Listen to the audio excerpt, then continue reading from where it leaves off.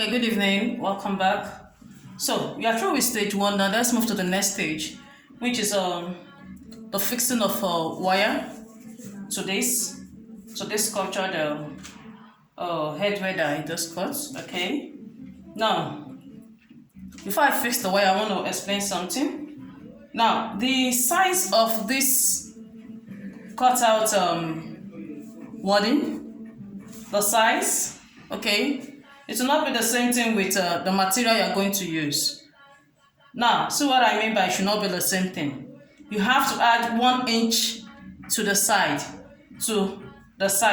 sorry, half inch, yeah, half inch here, that is 1 inch altogether, okay? Half inch to the side, because we're going to cover, by the time you cover this, it will, you have to bring it inward, okay? Now, another thing is this. Materials for covering, cut this two times.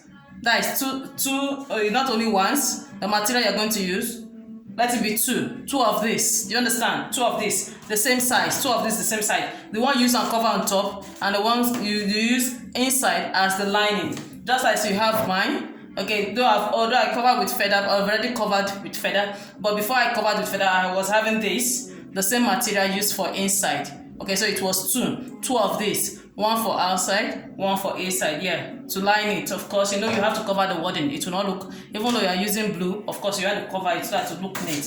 Is that taken? So what I mean, let me repeat myself again. Make sure when you want to cut your material, your fabric you use and cover this, make sure you have an extra. That is an extra inch as allowance. Okay, half inch one side, half inch one side. How do you cut? Use your same pattern or your template. Like I said, it is necessary you have a template before you start cutting. Okay, before you cut, because that same template you use it to cut the fabric, the same template you use to cut the fabric for the one on top and the one for inward, that is the lining inward. Is that taken? So your work will be so easy. Okay, now the next stage is to attach wire. How do I attach wire? I'll prefer you use this method instead of you joining the wires together like we normally do when it is a round shape mold. Okay, something like this. When you have something like this, you measure, like we usually do. We just measure. This is just a rough work, so this is not how I do. You measure round. Listen, no.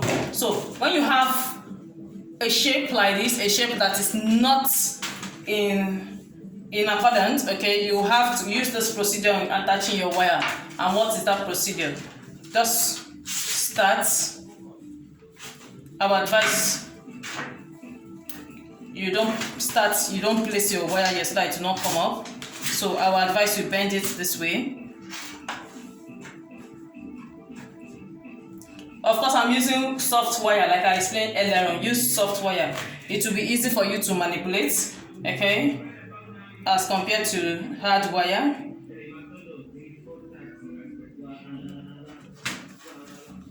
I'll just be brief with this video, please.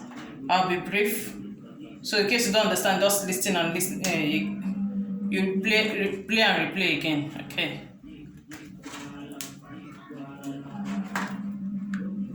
I'm trying to bend the wire. So see what I mean? So the wire. You continue to bend it. That is how you continue to roll. If you are using soft wire, it will be very easy for you. You roll,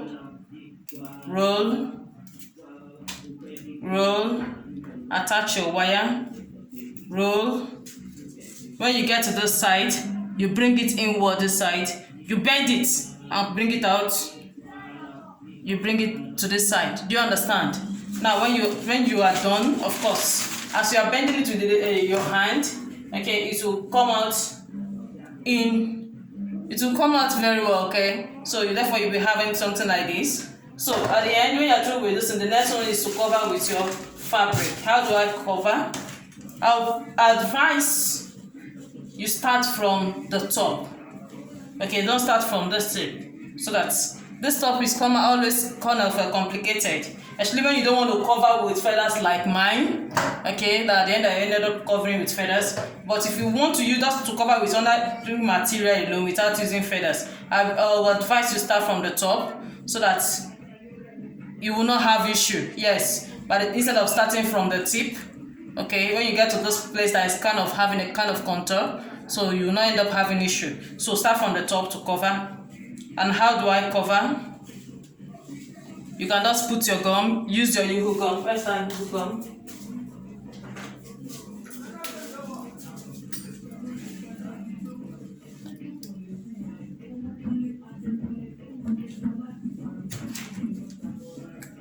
Allow to dry for some minutes. A little bit. Allow to dry for a little bit, okay? A little bit, take your time. What am I saying? Allow it to dry for some seconds, please. So you cover. Some may prefer, like I usually do, okay, just place some on top, a little, just little, let it not be too much. Then cover. That's how I did this. Cover. Place all the side, the top first. Then cover the fabric first. Cover the fabric. Cover the wadding, the block wadding. Cover everywhere before you now go inward. Okay. This side, then place, then you start start applying your gum at the edge, then you bring in the side, bring in to cover the edge. Okay, that is how you do it too. That's how you do it. You continue to do, okay, until you get to the tip. Now, you take your lining. If you want to cover with the lining too, you also place your lining inside as well too. Okay. I want to explain something now. See this lining now. See the way I cut. Now, this is now backward. Now, if you want to cut your lining, make sure it's like this, please. If the top is facing this place, facing the side, make sure the lining is facing the side, so that by the time you have something like this. Now look at my own, look at the top. The top is facing this side. This is the front. This is the front of the what's it called, bridal satin. Now if I want to turn into side now, check, just check. It's not in accordance. So except I decide to place it like this. Whereby the bridal satin is not at the back, it's not facing the back. No, which is not supposed to be so. Bridal satin ought to be facing the back. Facing the front. Okay, so that your work will look neat. It's not at the back. Do you understand? So when you want to cut, make sure you cut this side, facing this side. Then the second one will come this way. Do you understand what I mean? Okay. So when you place your, for instance, where is this material? Let me use this for example.